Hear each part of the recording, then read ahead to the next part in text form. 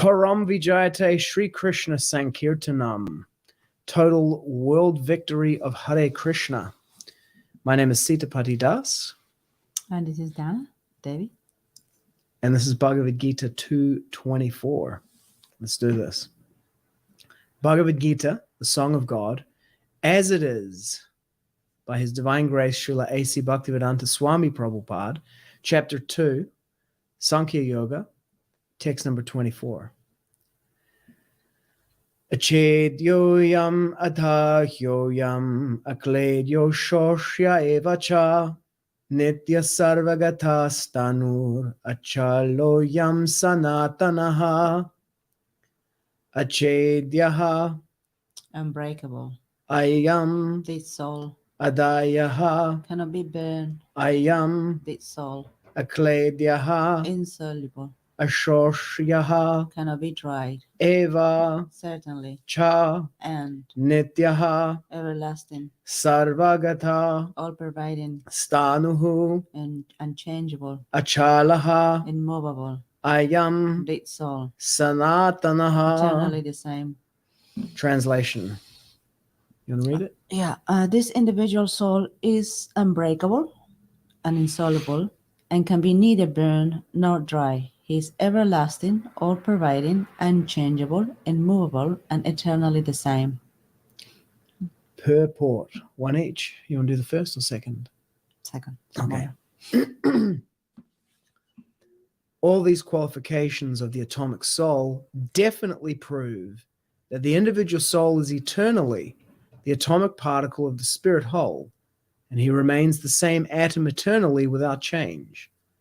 The theory of monism is very difficult to apply in this case because the individual soul is never expected to become one homogeneously. After liberation from material contamination, the atomic soul may prefer to remain as a spiritual spark in the effulgent rays of the Supreme Personality of Godhead, but the intelligent souls enter into the spiritual planets to associate with the Personality of Godhead. The word sarva-gataḥ, all-pervading, is significant because there is no doubt that living entities are all over God's creation.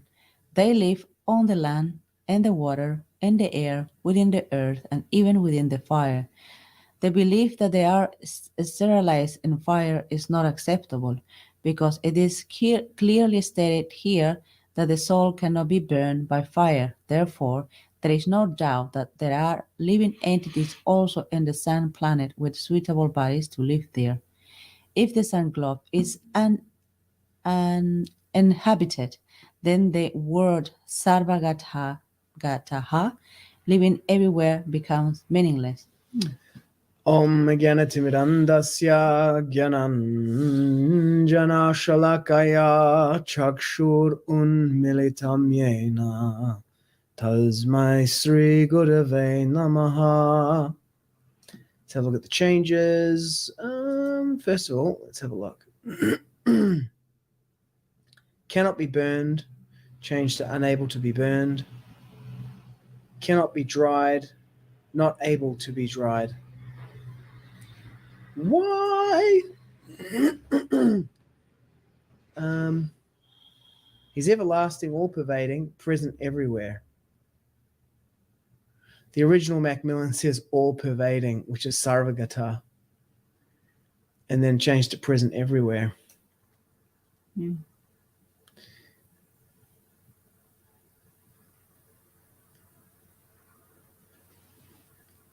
Okay. Because here it says in the original, in both, the word sarva-gataḥ, all-pervading, is significant. And then if the sun globe is uninhabited, then the word sarva-gataḥ, living everywhere, becomes meaningless. This is the key concept in this verse. What does Srila Prabhupada say in his original manuscript? He says all-pervading. He says all-pervading in there. So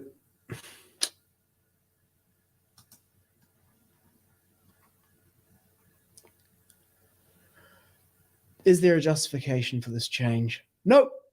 It was done in a later, it was not done in the 83 edition. It was done in a later edition. I can kind of understand why they did that. Because you see, this last section here, in fact, the entire purport is arguing against the monistic interpretation of this verse. There are certain verses in the Gita which lend themselves to a monistic interpretation, and this is one of them, because it says nityaḥ sarva-gataḥ sthāṇur. Sarva-gataḥ means all-pervading, everywhere. It means everywhere. And so it's been translated here word for word as all-pervading. In the translation, it's all-pervading. In the purport, Srila Prabhupada says it's all-pervading. But then he says what it actually means is it means that living entities are everywhere, including in the sun. It doesn't mean that the soul, pervades everything. Everywhere. Yeah. And so what they've done is, in order to strengthen this interpretation, they've changed it in the word for word. No, all pervading. Let's have a look. What does it say? Present everywhere. They've changed it in the translation. Present everywhere. But it's supposed to mean present everywhere. Like the soul, like for example, my soul is everywhere. Present everywhere. That sounds more like the Mayavadi's idea. All pervading does. Well, yeah. I mean, you could say the Englishman he's present everywhere, It's not God. It's just an English man. Yeah, but you can find him, you find one English person in all places, right? It doesn't mean that the one single Englishman is, but it means that as a category. So Englishman or Englishman? If you say Englishman referring to one person, Englishman is like more general, so it means like English people. Well, they would say something like the Japanese cedar tree grows in hospitable climates, right? It doesn't mean a single Japanese cedar tree. It means the Japanese cedar tree, right? Does that make sense? Yeah. Because you can say it like that, right?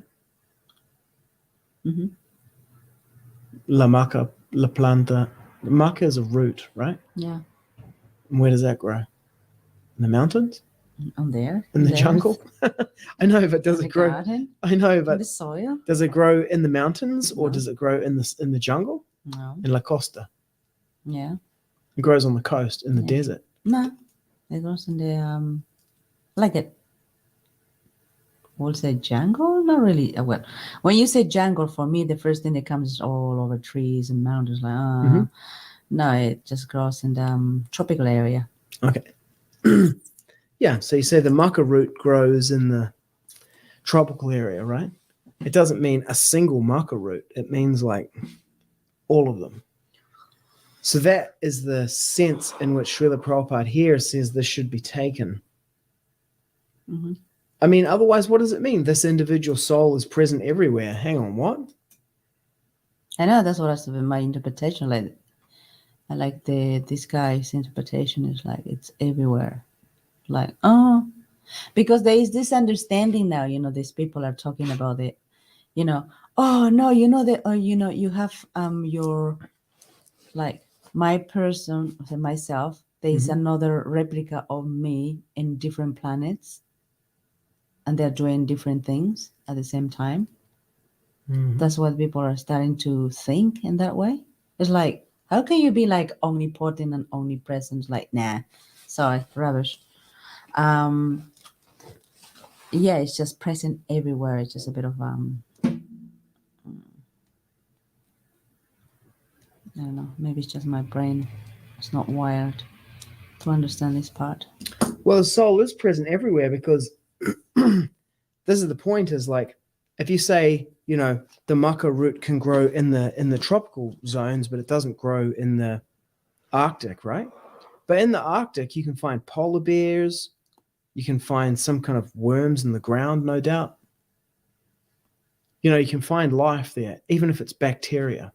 So what this means is like they are meaning like they are living entities of different forms according to where the area. Exactly. Okay. And so I was thinking more about like, okay, me is my soul everywhere. Like, does that mean that I'm having like experience in a different planet right now? That is myself?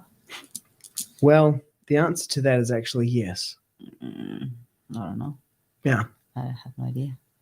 Yeah, I mean, this is a point that's in the 18th chapter. Or is it the 17th? Knowledge in the mode of goodness. That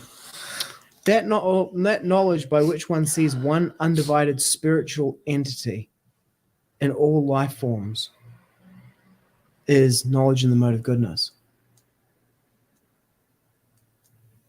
That's actually knowledge in the mode of goodness.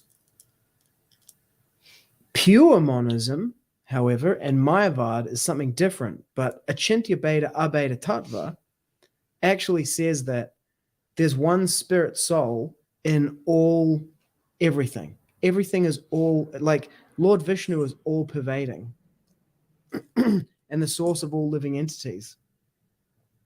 I mean, that's also in the 18th chapter, right? 18 something. Let's have a look at it. So if we go to chapter 18,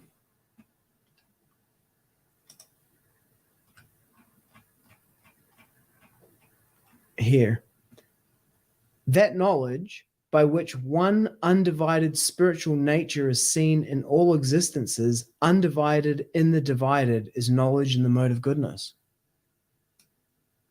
And then hear this.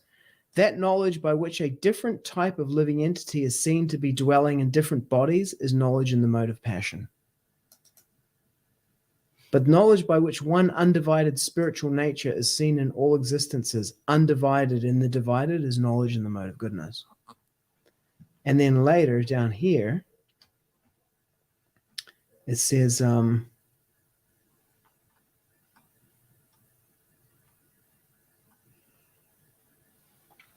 by worship of the Lord, who is the source of all beings and who is all-pervading.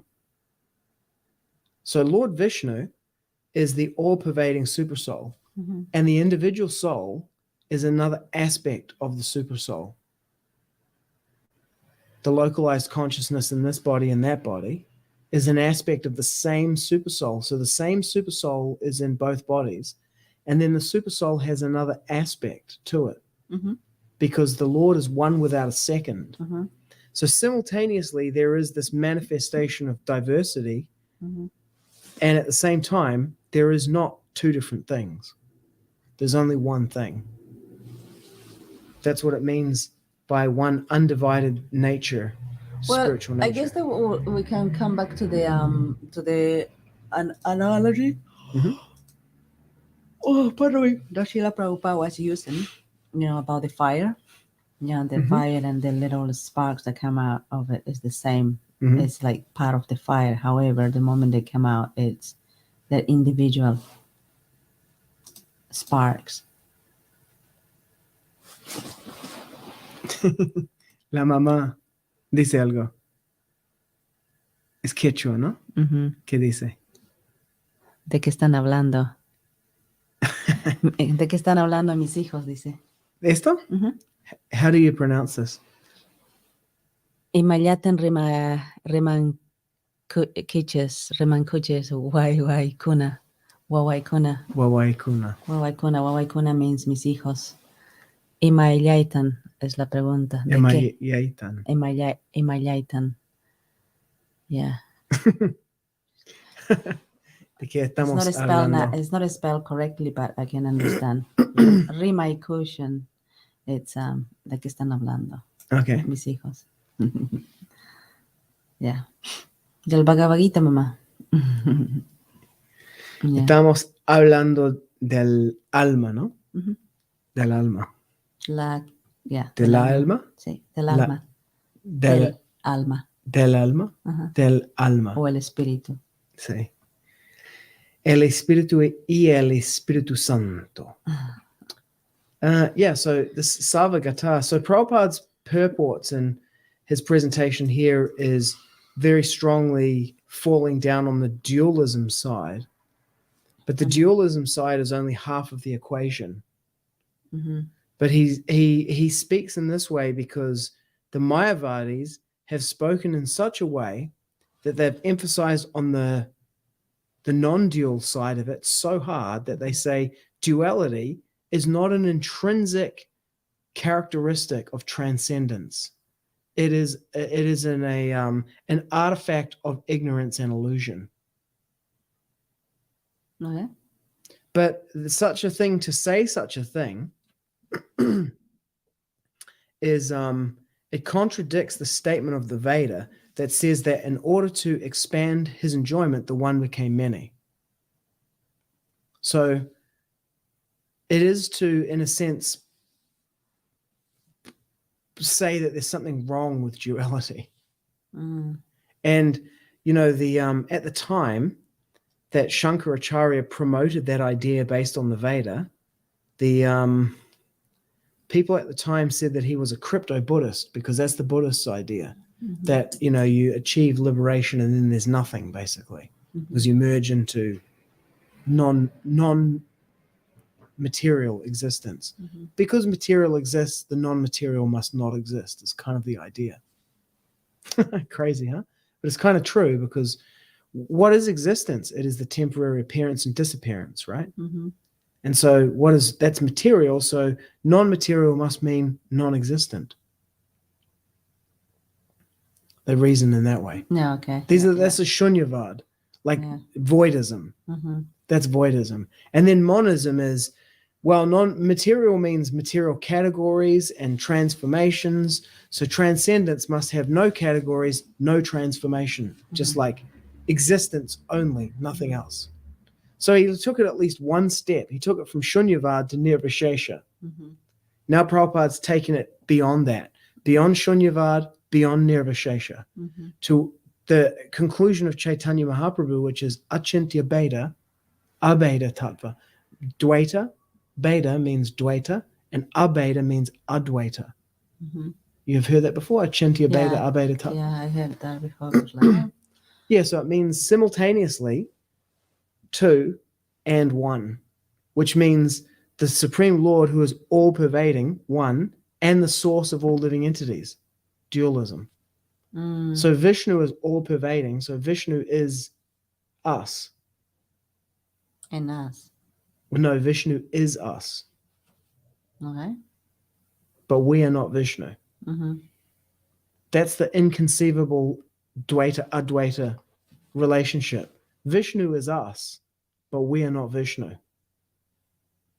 Totally. Vishnu is all-pervading. He's everywhere. He's in your body. He's in my body. But I, the individual consciousness, am only in this body. And you, the individual consciousness, are only in that body. Okay. So Vishnu is us, but we are not Vishnu. Mm-hmm. So Vishnu knows, that's what he says. He says, there's the field and the knower of the field, Kshetra and Kshetragya. This is the 14th chapter. And you should know that I am the knower of all the bodies. That's the super soul. Mm-hmm. That's what it means, that Vishnu is us, but we are not Vishnu. Yeah, that's the part that I get confused. Like Vishnu is us, like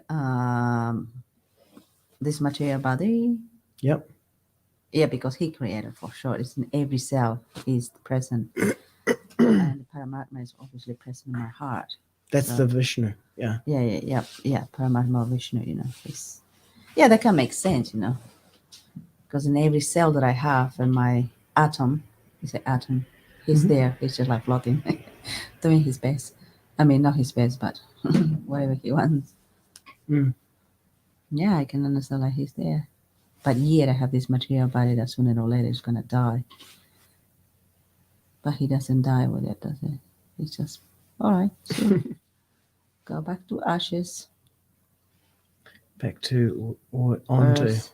Oh, yeah. Individual souls, unbreakable, insoluble, neither burned nor dried, everlasting, all-pervading, unchangeable, immovable, and eternally the same. We read a letter from Srila Prabhupada. Yeah, no, it was something that just came to my head. It's like it just gave me a surge of kind of power. Mhm. Like, wow, Krishna is actually in every atom of my body, but I don't put much attention to that. Like, how wonderful is that? It's like Krishna, like every atom of my body, I can do a puja for it, because Krishna is there sitting like just Mhm. doing whatever he wants to do. And with that, he gave me the surge of like, wow, I'm an empowered soul. Krishna is inside me. Krishna is everywhere. Mhm. Like, I don't know. It just gave me a surge of power. Like, wow, I'm alive. Yeah. Yeah, it makes me feel very alive, like very powerful. Well, I'm not Krishna himself to be that powerful, but yeah, just the presence of him in every atom of my body is just like, wow, this is incredible. Mhm. Yeah, it's a beautiful experience, actually. Yeah. So let's All look good? at the letter. Yeah. The letter. Okay, this one's from October. So last one was September. 26. Yeah. 28th of September. And this one is 26th of October. So he's writing about once a month. Mm-hmm. It's got a regular cadence. Mm-hmm. 26 2nd Avenue, apartment B1R, New York, 10,003 USA. 26th October, 1966. Shripad Narayan Maharaj, accept my dandavats. I last wrote you on 28th of September, and I also sent you a check for 1,500 rupees. I still haven't received a letter from you, and I'm worried. Please make me happy by writing me a letter as soon as you finish reading this one. Please let me know if all the goods have been purchased. If you don't think that the money I sent is enough, don't buy the tambura for 200 rupees. But the other goods should be packed properly, and you must send them to Calcutta. Along with the railway receipts, send it by registered post to the following address: MS United Shipping Corporation, 14 Old China Bazaar Street, Calcutta 1. Send it to them with the train receipt and forward it by registered post with acknowledgement. They will ship it and deliver it to the USA. Have you received a letter from the Scindia Steam Navigation Company? I'm sure you will get one from them. I'm eager to hear how you have progressed with this. See document A.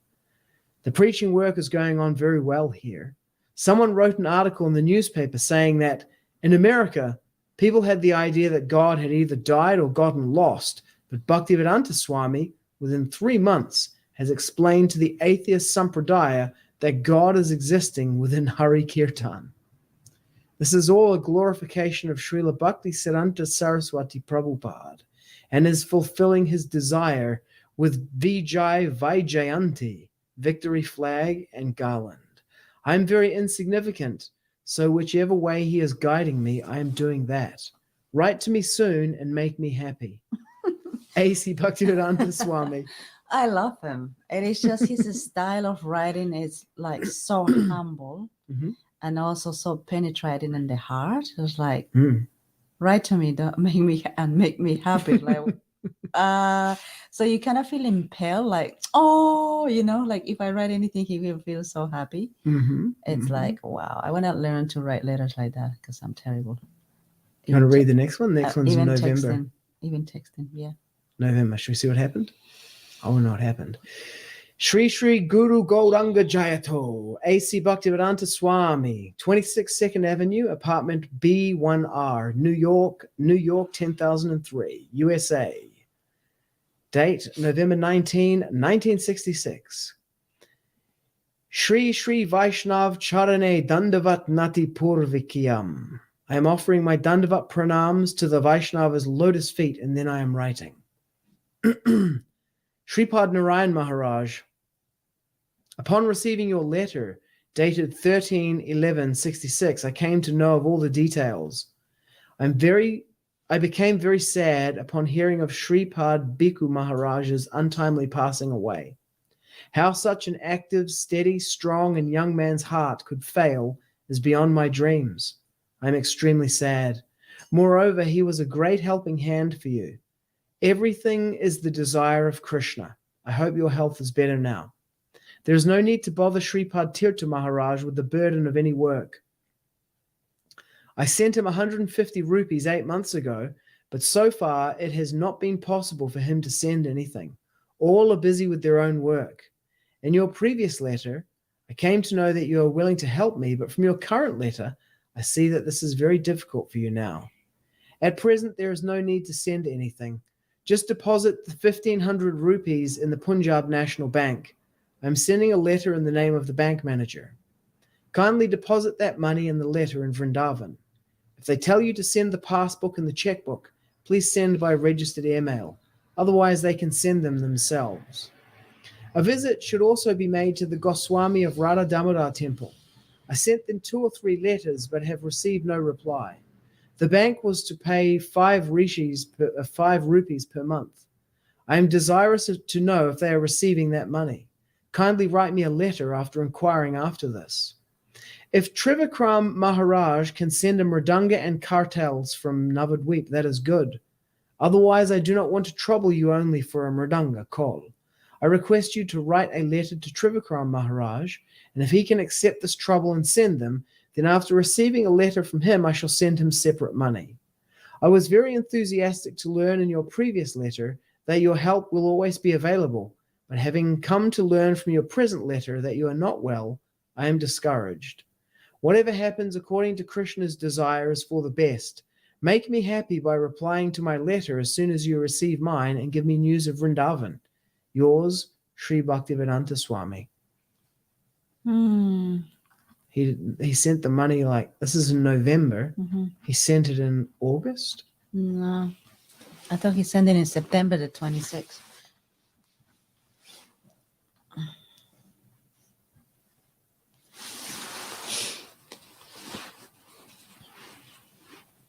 September, yeah. Yeah. September to October to November, so 2 months later. Yeah, he sent a letter in October, and then he got a letter back in November.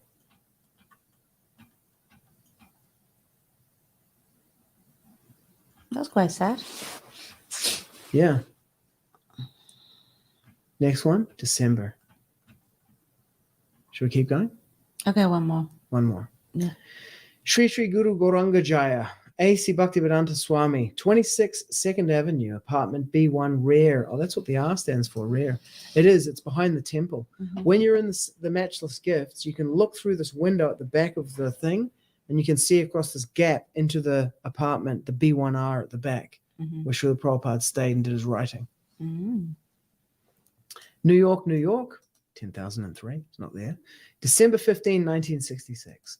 Shri Shri Vaishnava Charane Dandavat Nati Purvikyam. I am offering my Dandavat pranams to the Vaishnava's lotus feet, and then I am writing. Shripad Narayan Maharaj, after receiving your letter on the 13th of November and hearing of your difficulty, I replied to you on the 19th of November. Oh, man. In that letter, I instructed you to deposit 1,500 rupees into my account at the Vrindavan Punjab National Bank. If you have not deposited the money yet, please let me know if you have purchased the goods or not. I came to know that my disciple Chandrasekhar from Delhi wrote you a letter. Chandrasekhar sent me a copy of your reply to him. In that letter, I came to know that foolish Chandrasekhar had blasphemed you. Fools do not know how to honor Vaishnavas. By your greatness, please excuse him. I haven't instructed him to do such a thing. I only told him to visit you. Anyway, excuse his aparad. Chandrasekhar is a good man, but out of foolishness, he used bad words to you. You please forgive him and me by your good qualities. Ooh. He must have written to his disciple Chandrasekhar and said, hey, I sent this money to Narayan Maharaj and he hasn't sent me the thing. Can you go and see him and see what's happening? And then Chandrasekhar's gone and written him this letter. But Prabhupada's not happy. If you have not deposited the money in the Punjab National Bank, you can arrange for the purchase of deities, Sri Vigrahas. They asked 700 rupees for a pair of deities, but if they accept 1,200 rupees for 2 pairs of deities, buy them. Pack them properly in the box and send it to my supplying agent, Bakeswar. How to write even I do not know. But write me like this, as A.C. Bhaktivedanta Swami, New York Port, USA, via Howrah, through United Shipping Corporation, 1412 Old China Bazaar Street. Wow, man. How they had to get things done back in those days. It's just too complicated.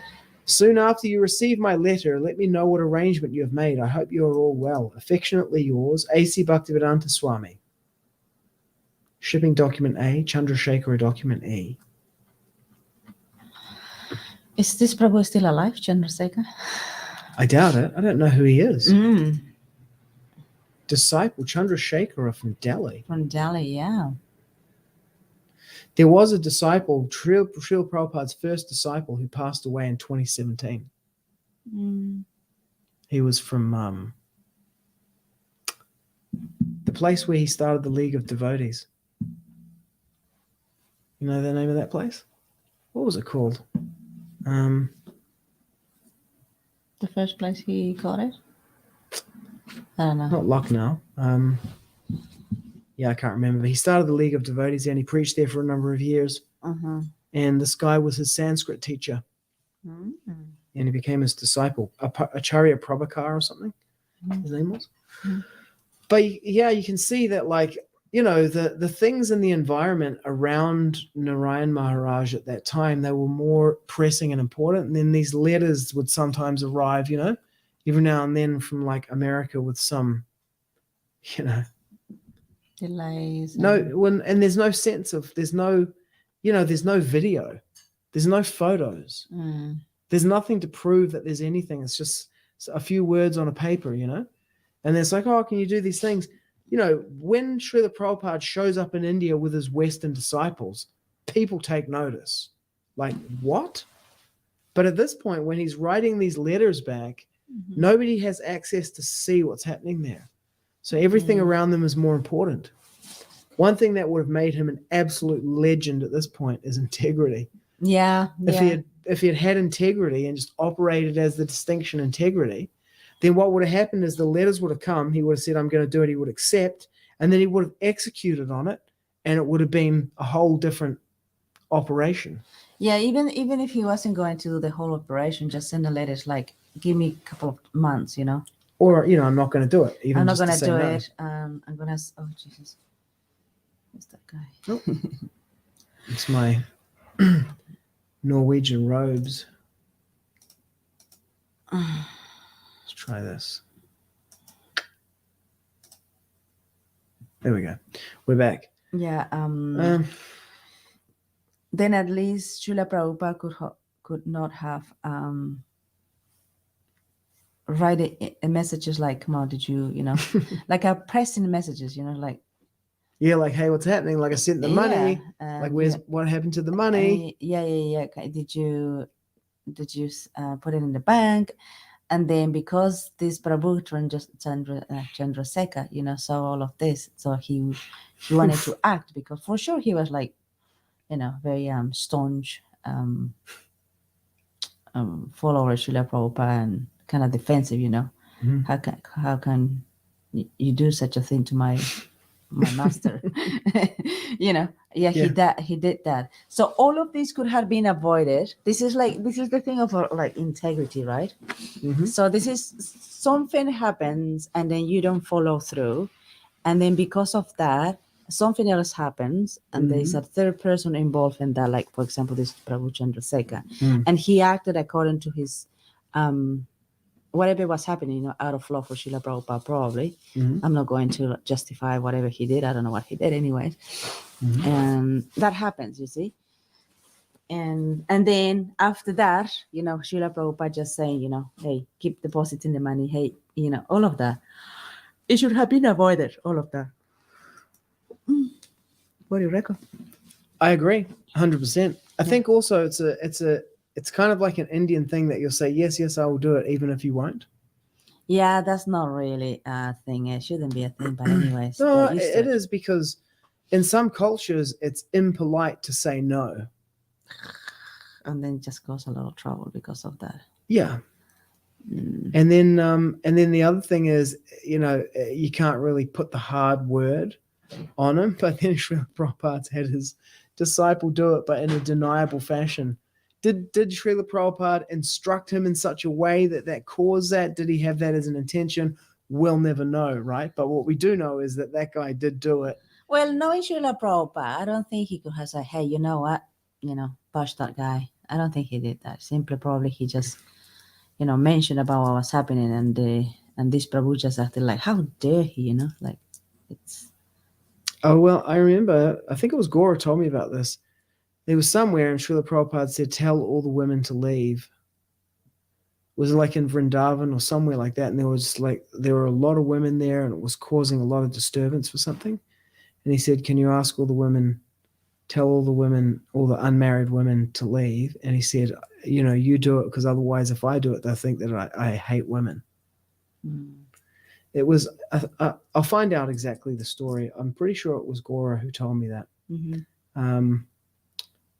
But it made sense, because it was like dangerous for them. And it was like there was another time, this is a completely different pastime, but Mm-hmm. who was it? Was it Govinda Dasi who said it?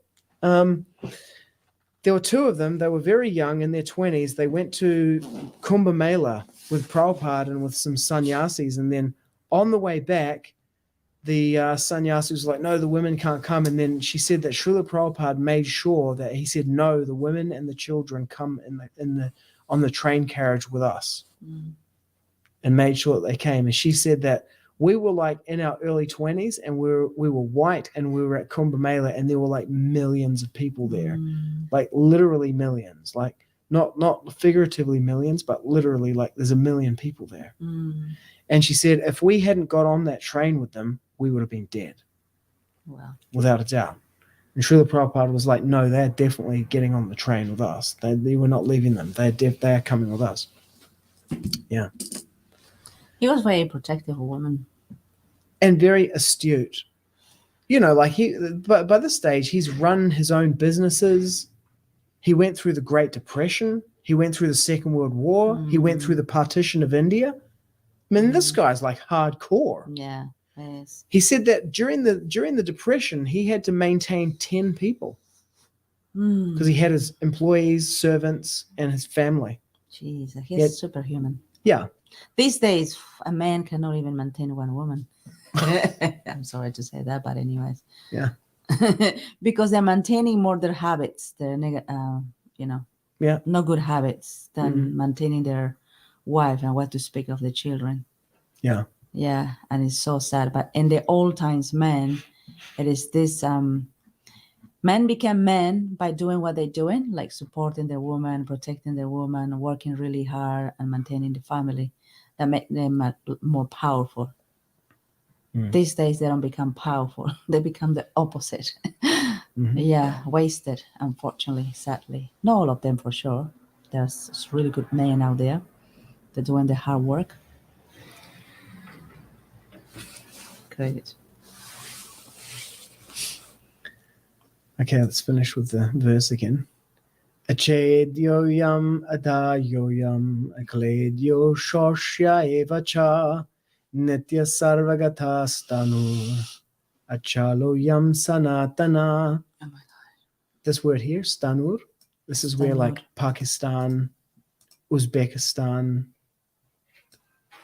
Turkmenistan means like the place. See here?